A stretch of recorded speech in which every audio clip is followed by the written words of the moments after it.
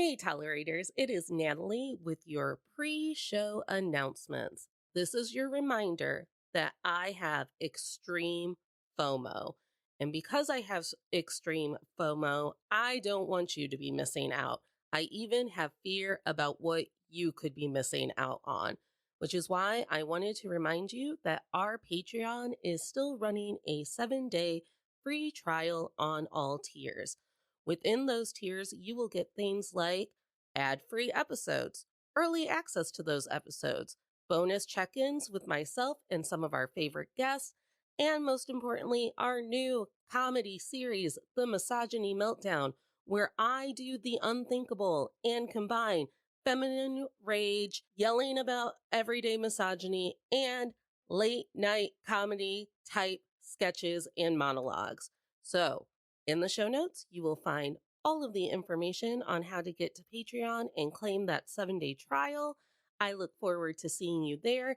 And remember, there are free things for you on Patreon as well. So make sure that you are following Patreon so you get sneak peeks into the content that I will be dropping each month and those free blog posts and other resources. Enjoy this episode, and I'll talk to you soon.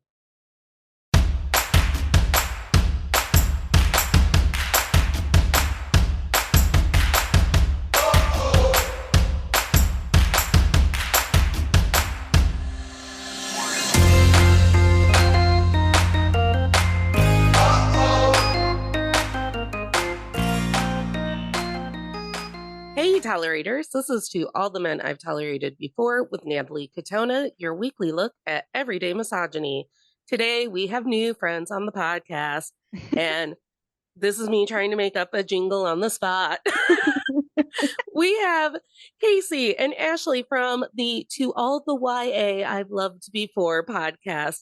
Does it sound familiar?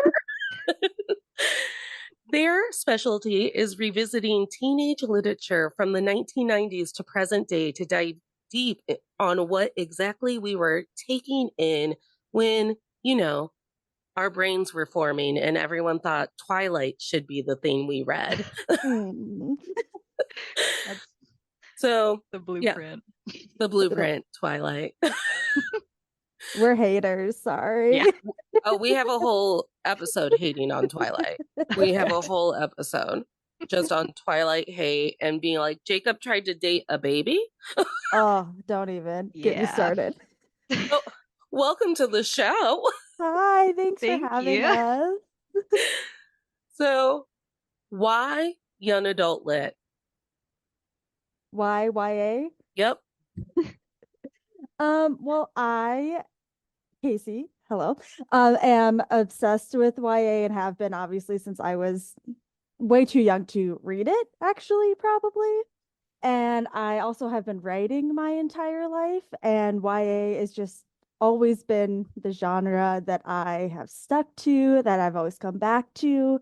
I've tried, and I read other things, but I always try reading other things, and I'm like, I think my heart is in YA forever. Yeah. Yeah. I mean, to be fair, when I try to read adult books in my adult book clubs, and then my brain is like, we are so tired. Can Right. you Too just much. find a book that has less words on the page? And I'm like, yeah, we're going to read a really great YA fantasy novel. Don't even worry. And they're like, great.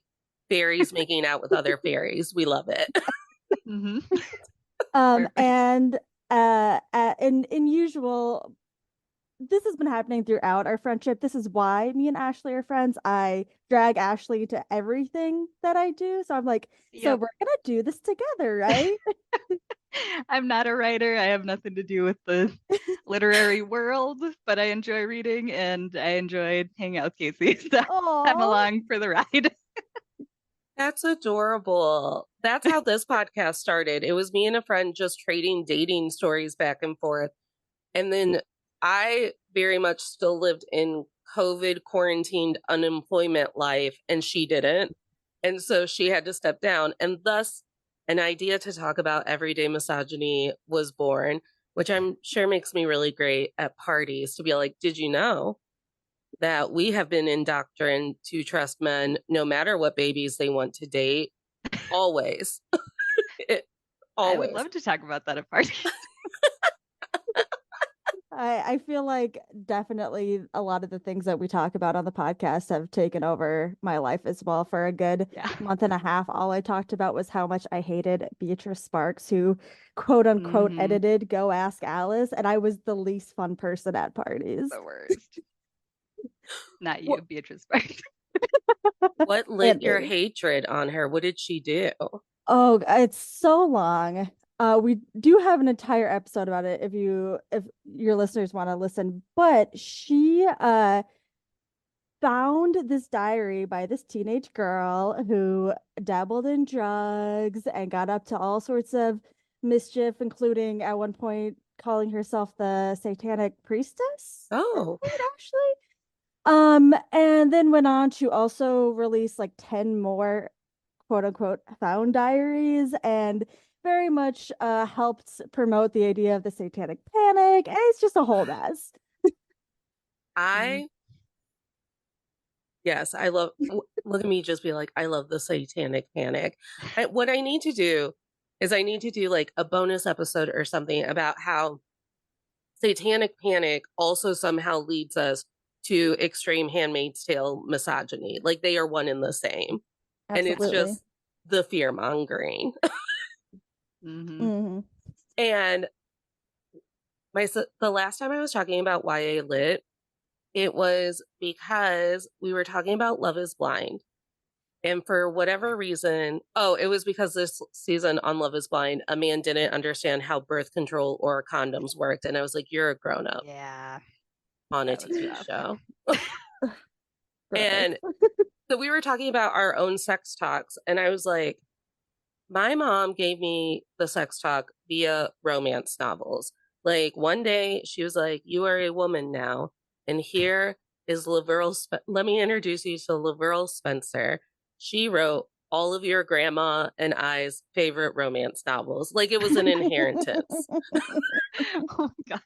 And she's like, and this will teach you how sex should be. And I was like, okay, thank you. And then during that episode, I thought about it. I was like, my sister never read romance. All of her YA Lit was about the Holocaust, kids doing drugs, kids cutting themselves, and like assault. She was that kid. Oh yeah. That was a lot of what I also read in the 2000s.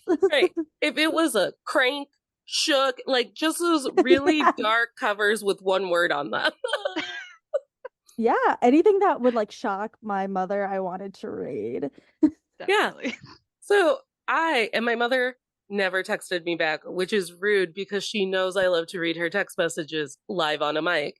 I went, Mom, how did you teach Emily about sex if she wouldn't read romance novels? And my sister and I were talking on the phone, and she's like, Mom gave me the American Girl doll body book like she gave you. And I was like, it didn't teach us about sex. It taught us where tampons go, kinda. I bought that book recently because I got really into like teen help books and like advice books, and I just started collecting all of the ones I had as a teenager to see like, I wonder if this is okay to teach to girls. Was it? Yeah. The Dear America one, is that what? Yeah, the Dear America and the girl.com, which is the one that I was obsessed with because I loved that website. I've always been a internet girly. Those are amazing still. Is the Karen Keeping of You, is that one of those ones, or is that a separate one? Because that's what I had. Is that the one where it's like 3 girls of ambiguous races and they're in towels? That's the American Girl doll one, I think. That's the American. Yeah. Yeah. Just me holding like I have an imaginary towel. That image like lives in my brain. Like. And then just a little background on my young adult lit. We were at a downtown bookstore that sells books for $1. Every book in there is $1. Oh, wow. And I found the 4th Georgia Nicholson book. Oh, thank you for gasping like that. That makes my... Love Georgia Nicholson. We stand Georgia We Nicholson. do. I looked at my friend who is several years younger than me, and I went, Georgia Nicholson. And she went, what? And I was like, Angus thongs and full frontal snogging. And she's like, I was like, we're going back to the library. I am going to get you Angus thongs and full frontal snogging. We're going to find the made for TV, British TV movie that went along with Angus thongs and full frontal snogging. And you will get to know Georgia Nicholson.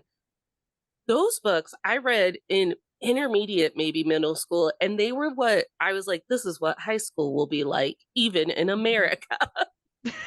Yep. And her entire life is sneaking cigarettes outside of her private school and like looking at boys in tight pants. And I was like, yeah, high school. This is it. She's our girl. She's our girl. We love do her. have an episode on that book as well. Yes. We call that weird girl lit, and we are very much into that type of book. Yes. There was an American version of Angus, not like a direct copy, but there was like a alternative series that I would read in between Georgia books. But I also remember having this book, and it was a girl in jeans. I had to read a lot of plus size girl lit when I was a kid to make myself believe that I belong in this world. So it was called The Earth, My Butt, and Other Big Round Things. Yeah, I think that I picked that one up recently at a thrift store. It's really good. Yeah. But when we're revisiting some of our favorite YA books, like Julia Washington, who is a guest on the show a lot, and we revisit our old favorite comfort movies together sometimes, and we'll do an episode. And sometimes you get to Mermaids with Cher and Christina Ricci, and you've told your very good friend, this is a very appropriate mother and daughter movie that my mother and daughter relationship with my mother was built upon. And she's like, oh, okay, cool. I'll watch Mermaids. We love Cher. And then you have to text your mom in the middle of the afternoon to be like, hey, mom, it's your girl. When I was maybe 14, you allowed me to watch a movie where a 16-year-old Winona Ryder gets penetrated by the lonely bus driver who's probably 28. And she was like, yeah, we loved Mermaids. She's like, and also flirting with her mother. Right. And also flirting with her mother, and also letting Christina Ricci drown. I mean, I do love that movie, but it's a great movie. So yes, it is. It's a wild ride. And my mom would like let me watch the uncensored version of Dirty Dancing, where they actually talk about the abortion, because she would forget that Oxygen would play the uncensored one late at night. And instead of putting me back to bed, she'd just go, watch this with me. I don't know. But are you ever like shook to your core by any of the YA books that you've revisited that you're like, oh, why was that in my brain? Yeah. Absolutely. Ashley, do you Go Ask Alice was one of them. Like, we loved it and we didn't think anything of it. And it was just horrible. Like, the girl dies. I mean, spoiler, whatever. She dies. And then it's just like, but it doesn't matter. There's so many teens that die every day from drug use or whatever. It was just so like, no feeling, no empathy towards anyone, just awful. Yeah. And I'm a huge I love Sweet Valley High. And I reread them all the time. And I remember going back for the first time and rereading. The first book has Jessica Wakefield falsely accusing the boy that likes her twin sister of rape because she's jealous that he likes her and not Jessica. And I was like, ooh, wait, what? That goes in hot. The first, but I'm like, we're supposed to like this girl? Oh no. And then like, what a narrative to teach young women that like, not only will you not be believed if you're assaulted, but it is because you're liars. Some of you do trick us. It is because of Jessica Wakefield. It is. Yeah, they made a TV show off of Summer Valley High. I'm pretty sure that I watched. Yeah. And that's like, oh my gosh, that's like how we were talking during our discovery call about Degrassi, and Degrassi goes way in, way hot with like online predators being the first episode. Yeah. Oh, poor It does Emma. go there. And it's like sometimes you're just reading Georgia Nicholson and you're bumming a cigarette outside of your private school, and sometimes you're falsely accusing someone of rape. Like there's no in between when it comes to YA lit. Nope. Not in the 90s, that's for sure. Not in the 90s. It was wild. I remember I was a big Gossip Girl, and in the first like two chapters of that book, she's banging someone on a plane. And I'm What? like, yeah. Serena's like, That's what like if I a just teenager? Yes. Serena was like, what if I just hook up with this guy on a plane? And I was like, I mean, get it, girl. I'm 12. I don't know. Like, Their lives are so glamorous. I was just like, wow, I have big old glasses and braces, and I live in the Midwest, and I just want to be Serena van der Woodsen so bad. so bad. So bad. Maybe it's not Gossip Girl. Maybe it's A List because A List was sluttier Gossip Girl. It's- Oh, now I'm going to have to text my friend later to be like, which one made the Mile High Club in like the first chapter of the book? But these books like really set us up. So I didn't date in high school. I tell people it's because I was very unfortunate looking in high school. I think it was mostly because all of the boys surrounding me annoyed me even when I had crushes on them. I'm like, Absolutely. I'm so annoyed. And teenage television and teenage literature at the time was like, no, that's part of it. Do you hate him a little bit? That's a good thing. Does he ignore you Is he throughout? mean to you? Is he mean? If he's mean to you, that means he likes you. Does he call you Spider Monkey? Oh, that and, giant spider monkey. and gag when he smells you? That's a good thing. Oh, yeah. And all of these teenage books would, and I blame Bachelor Nation on this too, they would set up this thing where I'm like, I'm in competition with all of my female peers or whatever loser boy they're trying to date. And if I do remember disclosing to a friend that I had a crush on a guy in our friend group, and within 2 weeks, she was dating him. And I was like, right, because we're competition. And it like broke my brain chemistry. Yeah.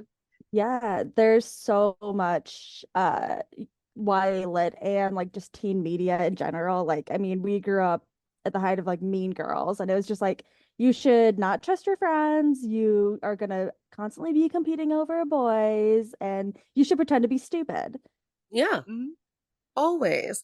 What are some of the books besides Go Ask Alice that like really knocked you to the floor? Like, oh my gosh, that's misogyny that we put into little girls' brains. I know we've already talked about Twilight, but that's a huge one. I mean, it's just he's watching her sleep. Yeah. So good. Yeah. So gross. And yeah, and like he's like we said, he's mean to her. We loved boys that were mean to us. That was just like our thing. Yes. I loved boys that truly didn't want anything to do with me. And God, sometimes he listens. There was a boy that was my friend in high school that I then later slept with in my adult life because, the long game. And sometimes dreams do come true. And and he was my former friend's ex-boyfriend. So like, I have big main character energy. And I reread, for whatever reason, our Facebook messages were still on the app. And I was like, what were these like? And this is what they were like. You could like draw a harsh line between where he was almost sleeping with me and after he was sleeping with me, where it's like, I'm going to get you a puppy. We're going to get a house together. Oh You my never God. have to grocery shop again. And then I send one nude and he's like, why are you texting me all the time? Boys don't like it when you bother them all day long.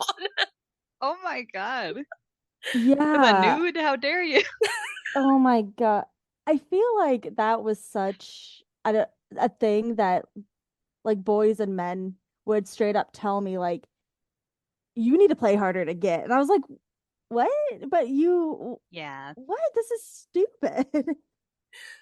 Do you guys ever put yourself into the teen like YA trope role, or like I was the funny fat best friend. I got along with everybody. Everybody loved me. And if you fought with my guy friend at a school dance, he was like, well, Natalie came here solo. Natalie, you want to dance? And would just like call me up for my big prom moment. And I'd be like, finally, it's my turn. Oh my gosh. I mean, absolutely. I feel like so much of the YA that we read as teenagers were things we wanted for ourselves, things that we Yeah. would knew we could never have.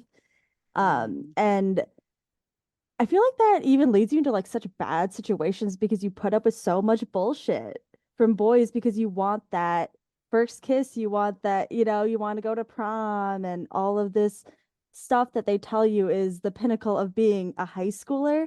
Mm-hmm. You're like, and after it all is over, you're kind of like, wow, that was really terrible. All that stuff we Yeah. went through was really bad. Truly. This might be a controversial take because so many kids for so many years after COVID had to miss prom. But guys, prom sucks. It- We I didn't didn't go to go. prom. We Yeah. were too cool. We I we, we know. played it too cool in high school. We graduated early and never went back. Didn't go to Like, graduation. oh, see, I wish I had graduated early instead of just skipping a good portion of my senior year. My my assistant principal sat with my counselor one day and was like, Natalie, you've missed like almost the cutoff of days of school where we don't know if we can actually graduate you. And I graduated in like a class of 400. And I was like, pull up the rankings. And they're like, what? I was like, pull up the rankings because I'm a shithead. And they do. And I go, am I still 10%? Am I still in the top 10% in the class? Yeah, cool. So you're not going to graduate me. Like, make that make sense for me. Like, I'll get Right. my mom on the phone and be like, Mom, they're trying to make me not be here, but also are trying to threaten Be here. me that I'm not smart enough to graduate. And he just looked at me gobsmacked because his big punch didn't work out. And I was like, what are you going to do, dude? I'm like 24th in the class. You can't not graduate me. I don't know. And then I just walked out. And here I Yeah. am today. There you go. and here we are. I I think what is oh, the love triangle.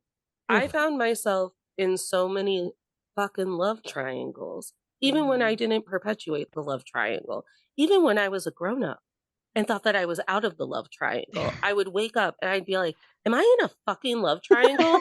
Like it's This is happening. Vampire Diaries? Like, what am I doing? Oh my, the love triangle is a trope that we hate I cannot with stand all it. of our beings, especially when it's between two brothers and a girl. Yeah. Mhm. Um, but we did read this book recently called Things I'll Never Say. It's a newer YA book that had took a different little twist on that where she just decided to date them both. Yeah. I love that. Just A a poly queen. polyamorous Yep. relationship. Yeah. It was That was amazing. very refreshing. Oh my gosh. No, I'm over here rewatching the Vampire Diaries, being like, I remember when I lived through that. I was also in a really weird place because this usually isn't very true in any of our media or literature. I would always be in a girl boy love triangle because Mhm. I like to compete. I don't know. I'm very competitive, but that's what would be happening. It would be like me and some other girl, and we were like trying to get the final rose of this guy who made $10 an hour at AutoZone. Like, Mhm. And ignored you half the time. right. And asked and desperately asked me not to text him. Yeah. Yeah. We've I all been got this. there. And I think the thing about like the imbalance of even when it's the boy boy girl triangle, I think there's still such an imbalance of power when it comes to the boys that are in that like love triangle, because at the end of the day, and this happens on The Bachelor too and Love is Blind, the men get to make the choice and it like they get to set the tale of the story. I Mhm. I think Hunger Games is the only one where I'm like, no, Katniss had the most say in that. But I'm also like, or is it that Gail just murdered her sister? Yeah. That was kind of like how I came away with it as an adult because I thought the same thing when I was well, I guess that did come out in like my lower 20s, but I was still a child back then. Uh, but I feel like re-consuming the Hunger Games, I was like, I feel like that this would have been viable if not for him killing her sister on accident. Yeah. Yeah. Yeah. Out of the, because there's always a soft boy and there's always a bad boy in the love triangle. Who do you guys root for? Bad Uh, boy, yeah, usually into the bad boys, I guess. which is In really fiction, funny. I was gonna say, which is really funny considering our husbands are like the opposite of the that, but we nicest boy. we love bad boys. Oh my gosh, that's so funny because I think with TV, I lean towards the bad boys because it's like Sean Hunter is physically hotter than Corey Matthews. Like A that's hundred just percent, yes. visual. Yep. He has a cool jacket. And then I'm like, and then I hit 16 and I'm like, talk to me more about this hottie Mr. Turner that we could have lived with. Like, who? Tell me more about Jonathan Turner.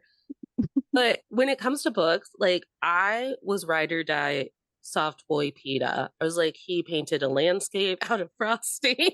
he he gave her a burnt piece of bread one time when she was starving. Like I was soft boy PETA. I hated Gail.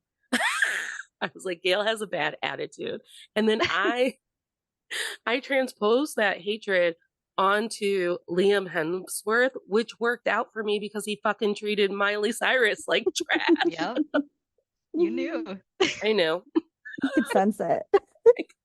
I could sense it. And I remember my sister, I would read the books first and then my sister would read them. And my sister hated Gail too. And she was texting me in the second book. She's like, I hate Gail. I'm so fucking sick of his bad attitude. She's like, I just wish like throw him in the Hunger Games or something, or like make something happen to him.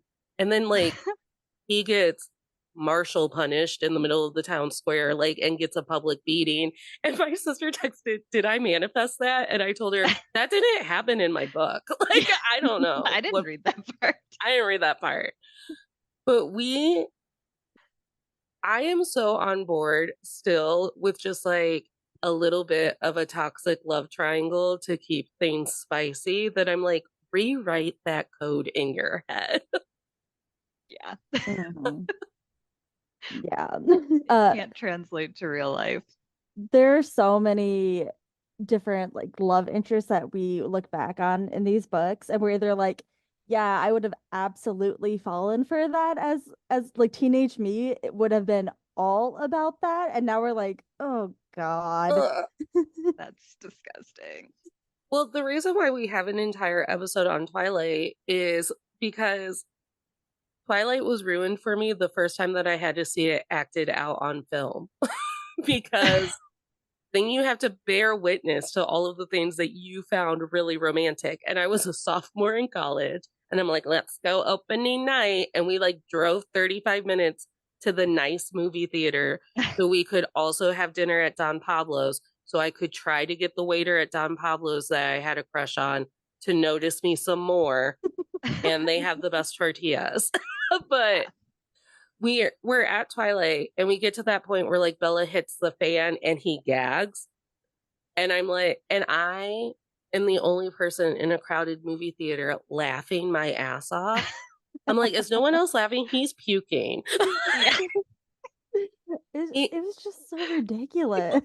He's like, I was like, that's romance. And my college roommate at the time was so pissed at me because Twilight had such a chokehold on all of us. She's like, I can't believe you wanted to make fun of the movie the entire time. I was like, that didn't cure How you can of you it. not? Don't understand. I don't understand. And then I vowed to never watch another Twilight movie. But one rainy night at my dad's, I was like, whatever, I'll give New Moon a shot. He cuts her breaks in that movie to be like, Oh, I might be gone, but don't you go visit Jacob and the other indigenous people. oh my God. I'm going to make it so your truck doesn't work. Wow. I've Yeah. not seen past the first one.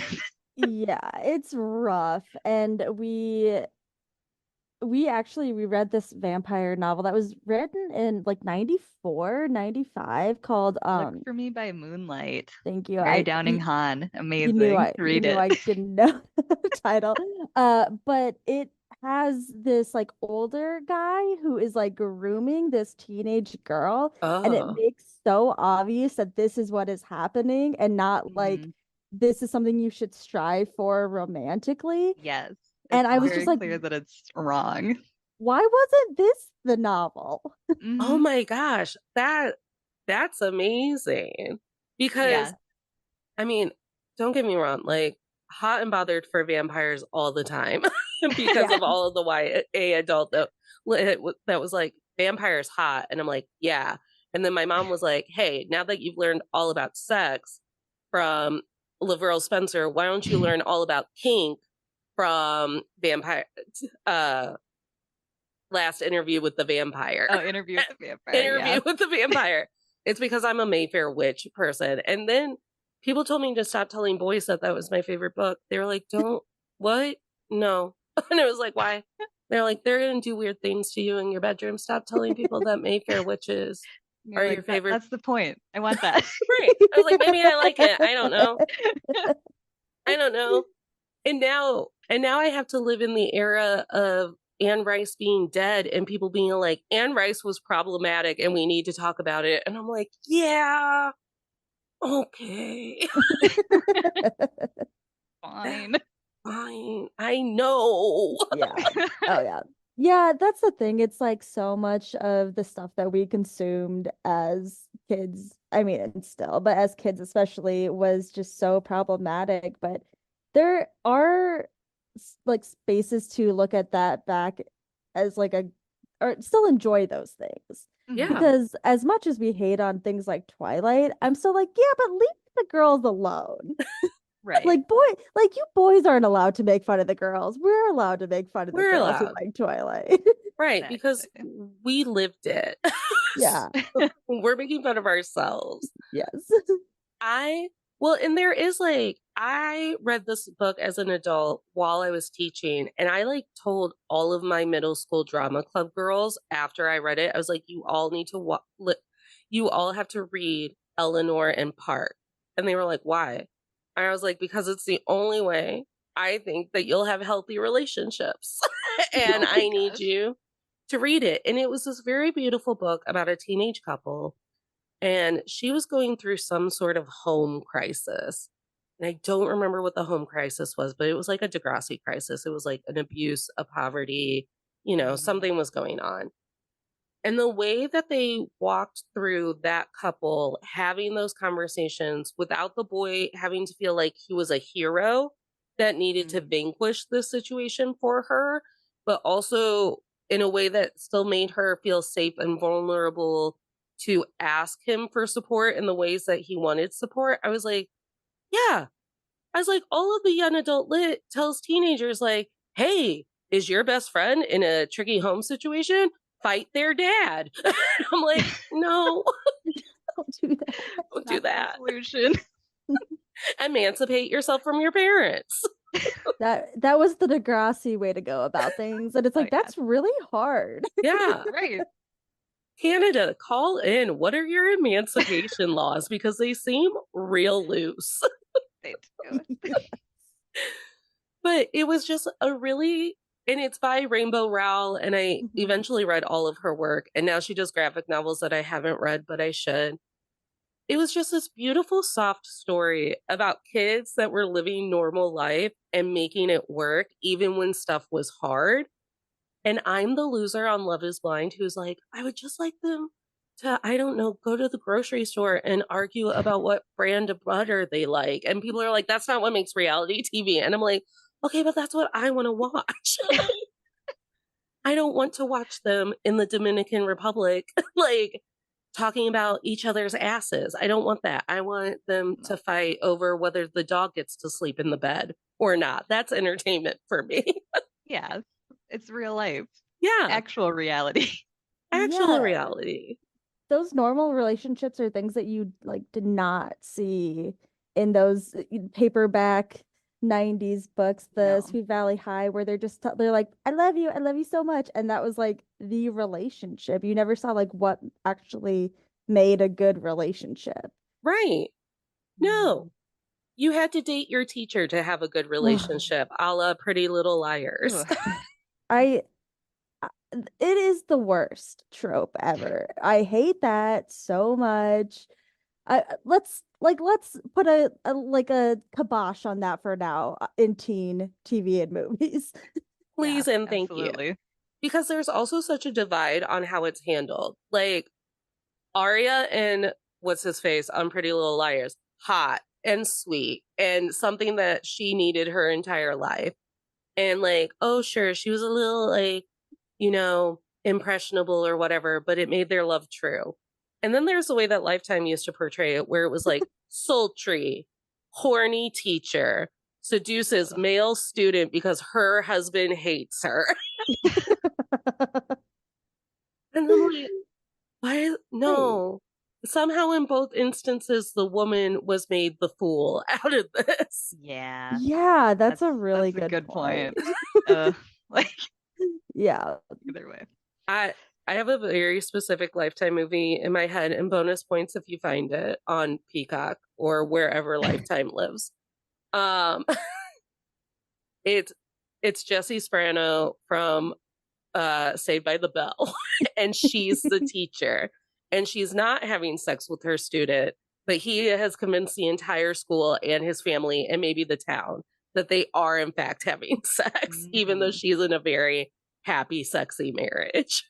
Interesting. I think I remember that one. We did love a good Lifetime movie back in the day. Yes. Sure did. Yeah. Because it was also, we grew up with parents who didn't want to talk to us about stuff like this. So like entertainment was kind of the only way that we got to talk about like spicy things. Like, oh, can you believe that Arya is dating her teacher? But isn't it weird that Mr. Christopherson is only 5 years older than me and maybe I should take my shot? Oh God. Yeah, I mean don't. I'm not saying yes to that. But I do think that is a good point that I think that we really relied on these things to teach us how to function as teenagers in a way that hopefully parents are doing a better job at these days.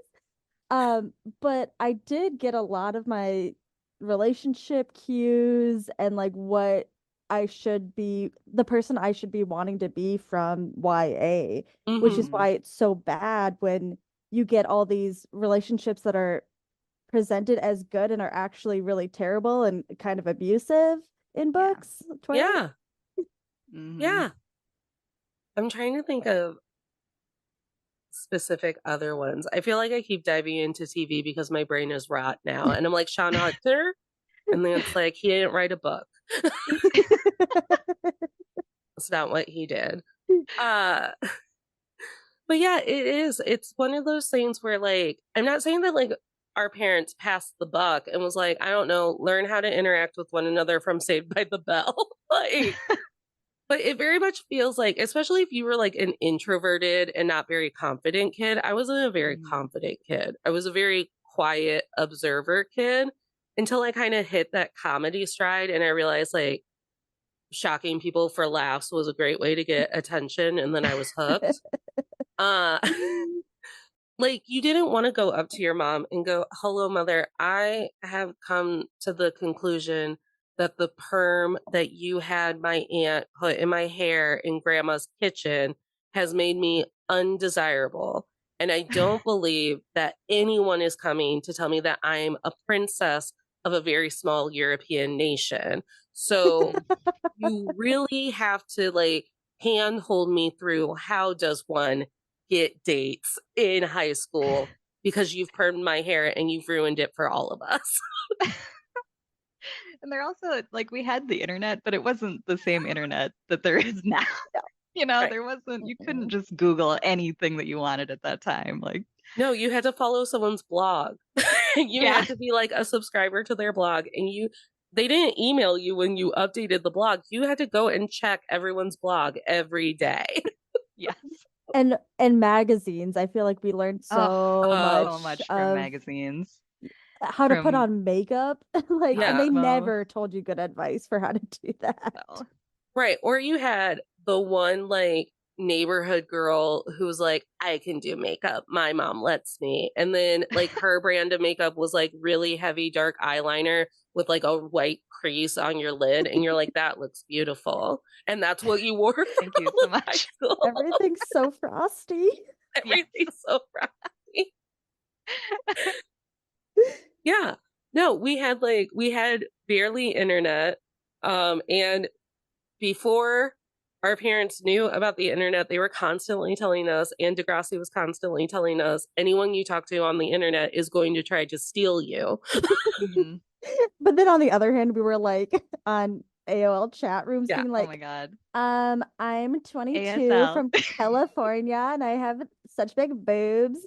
I have the biggest boobs. I my speech and debate teacher is probably still so mad. What up? And he wouldn't let my sister and I do a dramatic duet to He Sings in Drop Dead Gorgeous. He was like, that movie is offensive. You are teenagers. I don't care that you've worked your entire lives on the accent. Like, and we're like, but we have the whole movie memorized. Emily, tell me anything about the Mall of America. And then we just go into a scene and he'd be like, no. So to get him back, I picked the TTYL book that was all written in chat speak, in AOL chats. Yep. And when he looked at me and he went, why? And I was like, well, number one, it's teenagers. Number two, it's going to be real easy to cut down and copy into something that I'm going to have to hold and then memorize. And he's like, I was like, competition's coming. Am I getting another no? Like, what are we doing here? And he's like, you and Emily can do that one. And we did. That TTYL book, we were considering it for one of our books this season because we're doing like a diaries and letter writing. And Mm-hmm. I looked at it and like you said, it's all written in back and forth instant messengers with like the oldest of the like abbreviations and whatever. And I was like, I cannot read this. There's No, no way. impossible. And to summarize it, can No. you imagine? I think you guys should do a dramatic reading like they did of Trevor's text messages on Love is Blind, where one of you takes one role and one of you takes the Oh other my role. Oh, God. we might have to do a bonus Trevor. episode. But yeah, it was like I used my one time I passed, I got all the extra credit points on an English test, no big deal. And my my professor, my English teacher was like, now, Natalie, you didn't really pay attention during this unit. And it was like a unit on mythology. So it was like Greek mythology. Hello, I'm a teenage girl. I'm obsessed with Greek mythology. Yep. I was really impressed that he kept calling the Bible a myth. That like stirred in all of my like anti-Catholic Catholicism, like, ooh, call it a myth one more time. Like, ooh, Yes. these stories are fake. I can't wait to tell my dad. Yeah. And then Norse mythology, and it's called Otherworld or Underworld or whatever. And it's about these teenagers who get sucked into an alternate plane of existence where all of the mythologies live together and commingle. And I had just read the Norse mythology one, and Norse mythology dumped right out of my brain because those words are hard to say. Yeah. I couldn't tell you anything after Loki and Odin. And it would probably just be the plot of Thor. Yeah. But he was like, and I was like, oh, I just fill in things that I don't pick up from your lectures or worksheets or whatever with my young adult lit collection. Yeah. Absolutely. That's why I know everything about King Henry VIII. Have you heard? He's I like, know. I know Yeah, taming 6 lives. taming of the shrew because of 10 things I hate about you. yes, The best. the best. But yeah, it was one of those things where like we were so bold in using that like young adult lit in our everyday lives, but I would have never ever approached a boy in my high school to be like, you and me? TTYL? Excuse me? No. No. Girls in young adult lit are I used it for Lisa Frankenstein. What did I say? They're the most secure, insecure women I've ever met. They're the most confident, insecure women I've ever met because they're Yeah. so just blatantly like, this is me. And like, I get it. Probably no one likes me because I'm not like other girls. Ugh. And yet they hold on to their weird personality trait for like an 8-part series. They're bold. They're bold. Yeah. They won't change for anyone. Which is admirable. It is. That's I'm like, Lisa Frankenstein is a feminist icon because she's just like weird girl personified. And she's like, maybe I'll get laid, maybe I won't. Like, I don't know. I literally just saw that movie this weekend. Oh, it's so fun. It's so fun. It's so fun. We reviewed it for Patreon because I needed a quick Patreon episode, and I was like, Darcy saw it. uh, but it's one of those things where like we also had to play that game in high school on how to be like, where we had to play this game of like, we're cool and we know it and we're pretty sure we're pretty, but we know that the boys don't think we're pretty and we're definitely like not smart and we definitely don't have a personality that would like upstage anyone, even if I'm the princess of Genovia. I feel like there was just like so much of that not like other girliness in definitely 2000s. Like that was the trend of Yes, YA. Everywhere. I'm built I don't. different. What's wrong with being like other girls? I I like other girls. know. I know. And it's sad, like that is such something I took into my adult life until one day I was Yeah, just like, this same. is really dumb. Right. Yeah. Well, and not to also, young adult lit is mostly marketed to feminine teenagers, I would say, because Absolutely. they decided in the 90s that boys don't read. They're like, It boys is don't read. wild. Yeah. That that is so true. It's funny because one of our like most feminist YA writers, I would say, is R.L. Stein. Uh-huh. Yeah. He's so good at the teenage girl voice. And Ashley and I really don't like to read a lot of books by white men. But Mm-mm. we're like, we'll read anything by him if it's He's in the a girl's exception. point of view. Yep. Yes. R.L. Stein is built different. Yeah, He is. it's wild. He writes women like Stephen King tells us he writes women, where it's like Yep. actually multidimensional. Yeah. Mm-hmm. I know. I one time I heard someone say that uh George R. R. Martin writes women really well, and I was like, Ugh. have you ever met a woman? Right. Did you catch that? I would have lit that person on fire. I mean, I probably shouldn't say that on a mic, Yeah. but you have to be sacrificed to the dragons. I don't know. George R. Martin, who like literally just gets off on, I know how this woman will become a better person. Pain. Yep. Rape. She'll get raped. Fire. It's No. terrible. But I do think that because Young Adult Lit is targeted for women, because again, in the 90s, they decided that boys don't read. They're like, boys, they don't read. Reading is for girls. And that's why every book you read in high school has a male protagonist, because they're like, boys only care about boys and they don't read. And therefore, we have to read a separate piece. And it's like, Mhm. okay, I get it. What about all of us girlies who are reading? Like, can't you just celebrate us? And they're like, no, reading is already for girls. But it did like create this thing where like we hated our own girlhood. We were like, oh, we don't want to be, I guess the kids would call it cringe, but we were like, oh, we don't want to be like girly. We don't want to be like needy. You had to be Yeah. a tomboy, not need anything from anyone.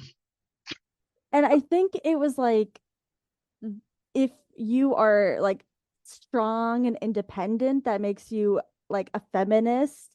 And Yeah, if you like anything girly or, you're not physically strong, that means like we don't like you as a character. And I right. like Mhm. that recently there's more of like a dichotomy between like what, being a girl means, which is anything. Is, yeah, Yeah.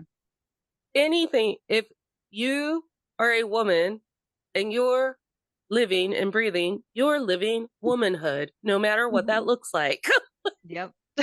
I mean, we all had to be either Mary Kate or Ashley. We could not be both. No.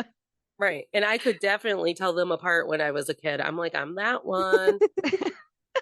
You're either you're sporty or you're girly. Yes.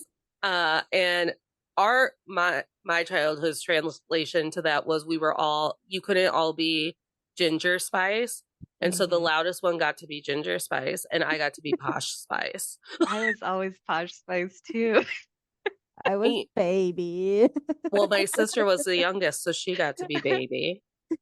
But yeah, right. There were just silos that we put women in. You were sporty. Oh, that's the sisterhood of the traveling pants. You were sporty. You were curvy. That was a silo. Yep. That's your That's your personality. personality. America Ferrera hit me up. I bring you up all the time. Like you were curvy, like sporty, curvy, Bucket. quiet. I was gonna say bookish, Yeah. definitely. And alternative. Mhm. Yeah. Mhm. And then have you read the adult traveling pants book? Yeah. No. Okay, What the hell? everyone, I haven't read it, but I read the synopsis because TikTok made me believe that it would destroy me. They kill Tilly? What? Yeah. Yeah. Yep. I was like, what the fuck? I was like, Tilly did the most for everybody. And of course, she gets some horrific Dawson's Creek disease and dies in the very last book. Oh God. That is very Dawson Creekian. Yeah, that's very Gen coded. But yeah, we all had to be in silos. And I really did want to be the pretty girl. Like I wanted to be the hot friend. And maybe that's why I'm so insufferable about hot girl summer in my adulthood. But there was always someone louder and there was always someone that the boys gave a little bit more attention to that I was like, she's barely hotter than me. Why does she get to be Blake Lively? And they're like, too Yeah. bad. You're America Ferrera. Yeah, and we just like really went off of what those nasty teenage boys thought of us, huh? They were like, you barely shower. And I was like, please I love know. me. Yes. Right. It's like you expected a hand job because you like took me to Dairy Queen on the way home and I did not ask for an ice cream cone. You're just like, we're at Dairy Queen. Do you want something? And then when I tried to get out of your car, you were like, you're not going to stick around. And I was like, we're outside of my childhood home. What do you want? Like, what do you want? No. And it was a hand job. It's always what they want. It's It's always a always hand what they job. want. Shout out to all of the girls who have been asked for a hand job when you're just trying to enjoy Drumline or something at the movie theater. Like, I'm just trying to watch Nick Cannon. Nobody wants to give a hand job right now, okay? Right. I'm watching Teenage Drama Queen. My first kiss story, which is it's our second episode. So I'll revisit it now. It happened because a boy that went to my high school lived in my neighborhood and he wanted to hang out. And I was like, well, I'm watching the finale of America's Next Top Model. And this was before on demand. This was before DVR. I only get to know who America's Next Top Model is if I sit my ass down and watch the finale. Yep. So I was like, so you can either watch America's Next Top Model with me or you can go home. And what if you went home? And so I was like, laying on my couch or whatever, and he was sitting in front of me. And he, before the big reveal, or maybe during the final walk off, grabs the back of my head and then goes to kiss me, and I fall off the couch. And now I'm laughing at him, which would get me murdered now. But now I'm laughing at him because I've fallen off the couch, and I went, "What the hell are you doing?" Yeah. And he's like, "Well, I just thought, we've been friends for a while, and I took you to 8th grade formal." I was like, "My mom was like, if you go with him, his mom and I can carpool." My mom Only made reason. me. So he ran out of my home, a broken man, just ran through our neighborhood, quietly crying to himself. But it was that whole thing of just like, if you're the nearest girl, I get to kiss you. And if I'm the nearest boy, you should want to kiss me. Yeah, absolutely. You don't have to do anything to earn it. I mean, I was gonna say, I feel like when we were teenage girls, we just like wanted boys so bad, and they didn't have to do anything to gain that. No, And just like, any good on, boy. right. And I don't want boys at all right now. Like, I was watching Cat Person on Hulu, and there's a very long sex scene, and it's terrible. And I looked at my cat Penelope and I went, I think you've really underestimated how awful it's been for me having sex with men. And my cat's just like trying to patrol the windows, and she's like, "What are you on, bitch?" And I'm like, and I was like, "And Penelope, you should just be so lucky that you'll never have to experience this, because like, look how terrible it is." And she's like, "Okay." You don't have to deal with men. You don't have to deal with men. I keep our house men free, and that's for you, but it's mostly for me. Yeah, every crush I ever had in high school was literally an arm's length away from me, to the point where I ignored men that I got along with better to be all like, "Oh, wait, I've already looked at this one, though. Sorry." It's too late. It's too late for you. It's too late. Uh, but I think what I enjoy the most about young adult literature right now is things like poly representation or queer representation. Mhm. I love the Heartstopper graphic novel series, and I love that they made it a TV show. And again, like Eleanor and Park, I find that book and that TV show doing a really great job of like walking that line of, these are kids who are going through really tough things, but at the end of the day, they're still kids. So like, they get Mhm. to also just have a childhood. It's not Gossip Girl where they're like breaking into museums or something or solving a murder. Yes. Yeah, I feel like contemporary YA has just like improved leaps and bounds as we see time after time, and Mhm. definitely representation, but also just like more better personalities and better, I mean, like better friendships. It's not just two girls hating each other. Yeah. It's just so much better than what we had. Well, and I think when you were talking about like any feminist character in a YA novel or YA television was like someone that was written to be like, we don't like her though. She usually also, like, I'm thinking about Lily from The Princess Diaries. Lily was very like queer woman coded, and then it's like she's a loud feminist and she's angry all the time. And it's like, that's a bad message to be giving people. Oh yeah.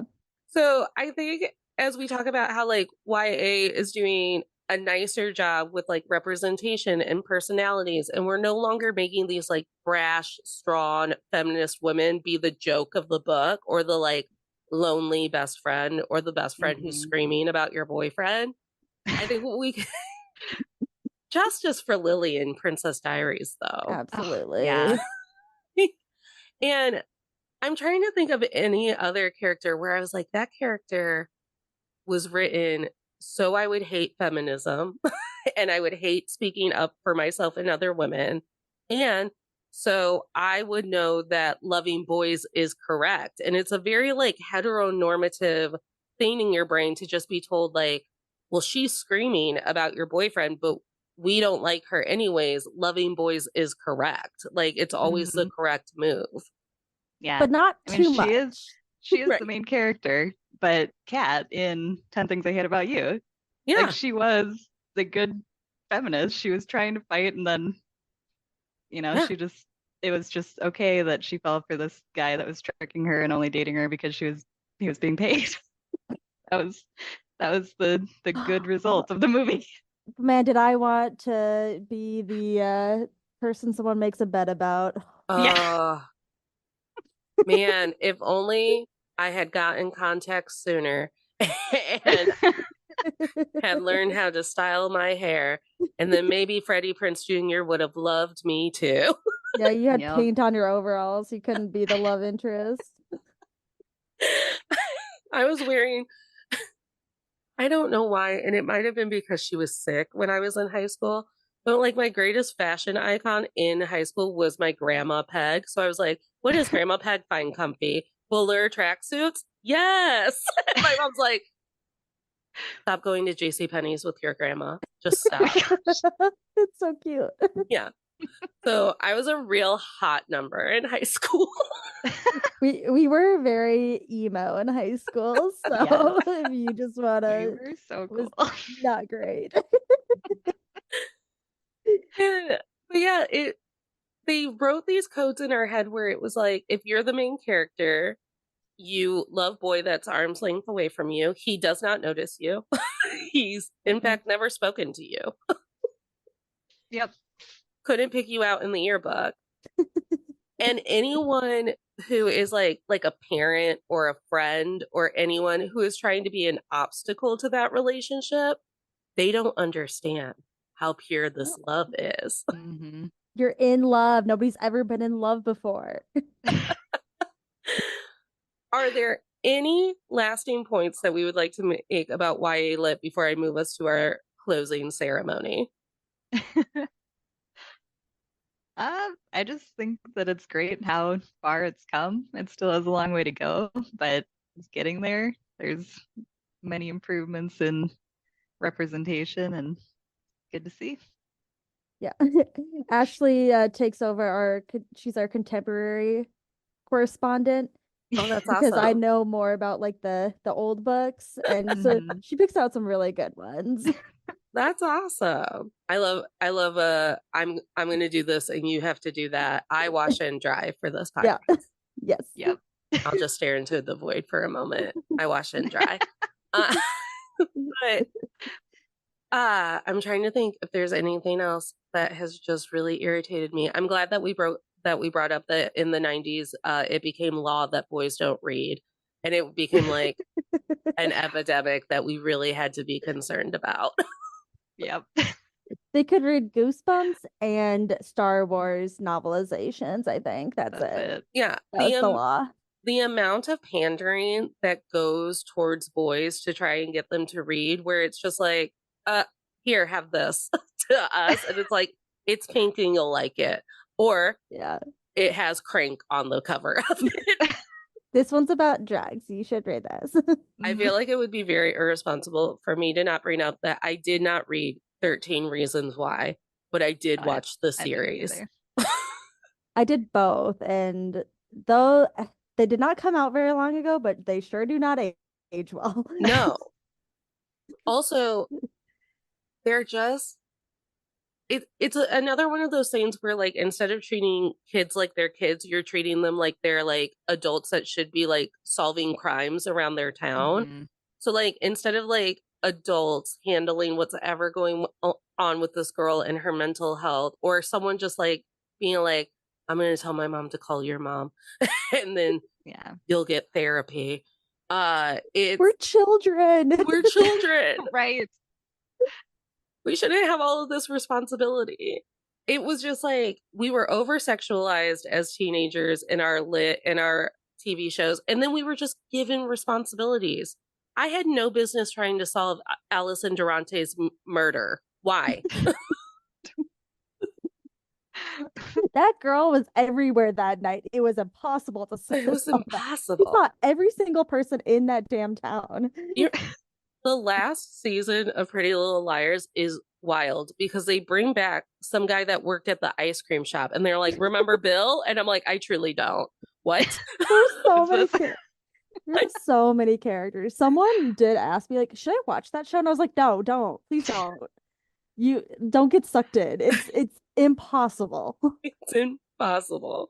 But yeah, do you remember Bill from the ice cream shop? He was in the graveyard that night. What? He also talked to Okay. Allison. He also talked to Allison and could be involved with her murder or her twin's murder. Ah, He he might have also dated her because all of the grown men in that town were dating those teenage girls. all of Oh them. my God. What is, what do you think is the biggest thing that studying young adult lit and going back through your favorite young adult lit books and contemporary ones has taught you about misogyny or how to be a feminist in the world? Ashley, do you want to go or? Uh,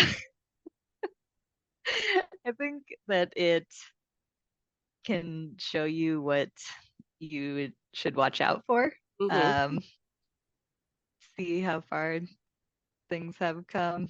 I don't know. Yeah. Yeah, absolutely. Yeah. That's like the best part about reading both old and new books Mm-hmm. is you can really see the differences, and we kind of get stuck in like the mindset of like how it was when we were teenagers, and then we're like, oh Hmm. yeah, things are better now. Yeah. Yeah, not I, perfect by any means, but yeah, that's a good lesson for me to just co-sign on to because I often am like, this is how we got Britney Spears in a conservatorship and people leave Kate Middleton alone. And people are like, it has gotten, there are more steps between Kate Middleton and conservatorship than there were for yeah, Britney. Like, absolutely. yeah. Yes. And then we always end the episode with a manifestation.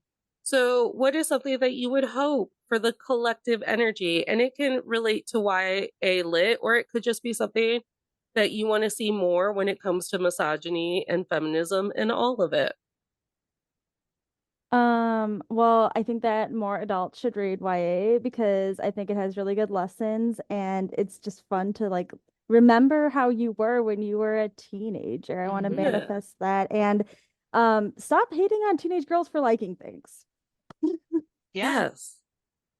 Yeah. I hope that there's less like demonization of YA. Like it's not something that's valuable because it is something that girls and women, more feminine people like. Yeah. Um, I know we used a lot of gender terms, but it's because we were talking about the 90s. Yeah.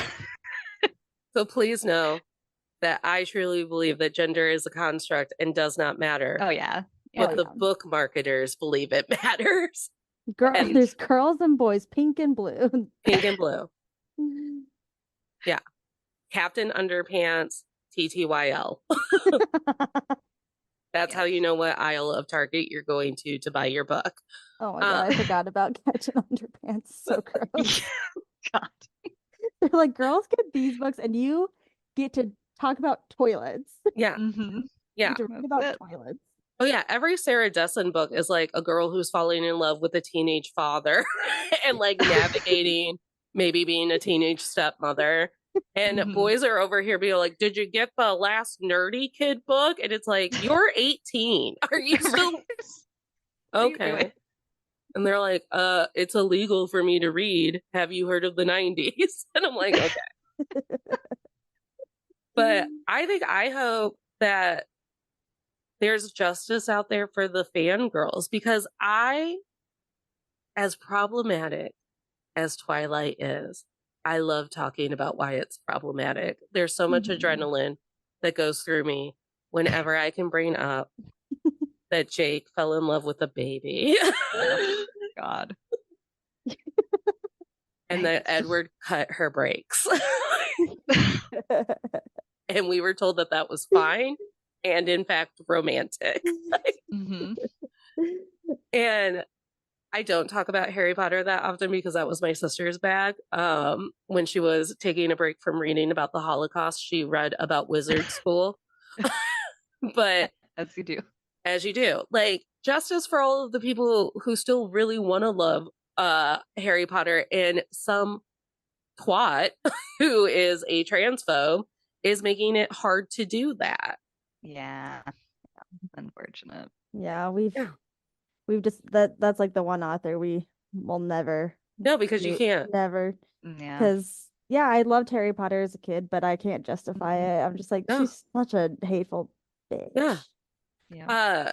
When we have such siloed viewpoints of teenage girls and teenage boys, and there's no alternative between teenage boy and teenage girl, then we become grown-ups who have silos about grown-ups, so that when gay rights and transphobia and all of it is so prominent in our nation, and you ask yourself, well, why aren't I allowed to have an abortion in my state? Well, it's because America wouldn't air the abortion episode of Degrassi because they were like, not for our American girls. It's because anything that a woman could go through was always told to us as fluff, our fault, and too intense for us to bear. That is such a good point. Yeah. So justice for all of the women out there who are still just like, I really love Twilight. And I'm like, that's fine. I really love making fun of it. And also like nostalgia's for the girlies too. I feel like boys always get all the nerd stuff, and we can look back on those Sweet Valley Highs and the Polly Pockets and Barbies. Yes. Yeah. We just had a big summer for the girlies. Also, I was an X-Men girly, and there were some strong ass women X-Men. Like, Love fucking X-Men. yes. My cats are named after the X-Men. Which X-Men? Gambit and Beast. Yes. I love Gambit. And I hear he is very not straight in the new cartoon. And I'm like, yes. Wearing some crop tops. Crop top about Gambit. It. But yeah, like, you're right. Like, nerdum is for girls too. So when you see me at a con and you're wearing a Twilight shirt, I'm going to respect you. But I'm also going to want to talk to you about X-Men, because there were enough women in the X-Men that should be something that's opened up for women to enjoy and discuss too. Yeah. Well, thank you so much for being here today. Thanks for having us. Thank you. Or to all the twin. To all the twins that ever twinned. Go ahead and tell the listeners where they can further connect with you and your show. You can find us on Instagram at To All the YA, and we have show news and throwback book reviews and new book reviews too. So, and we have a website, but it's linked there. So just go there. Just go there. And Tolerators, TikTok, Natalie K124, Instagram, to all the men, or no, Men I've Tolerated Pod, Patreon, to all the men I've tolerated before. All of the socials will give you at least freebies of the bonus content, like the misogyny meltdown and the blog post and the tolerator check-ins. But you're going to want to check out the Patreon, because the misogyny meltdown, so far, I keep looking, is the only sketch comedy show that focuses on misogyny and women's experiences, and only misogyny and women plus experiences. So I produced it because NBC wasn't going to make it. I solved my own problem. And so go check us out there. And remember, tolerators, you don't have to smile through anything you're tolerating, including one-dimensional, siloed group of friend teenage girl books where it made you feel like it was way too soon for you to get the idea that you can contain multitudes. I don't know if that sentence made sense. Smiles are for joy.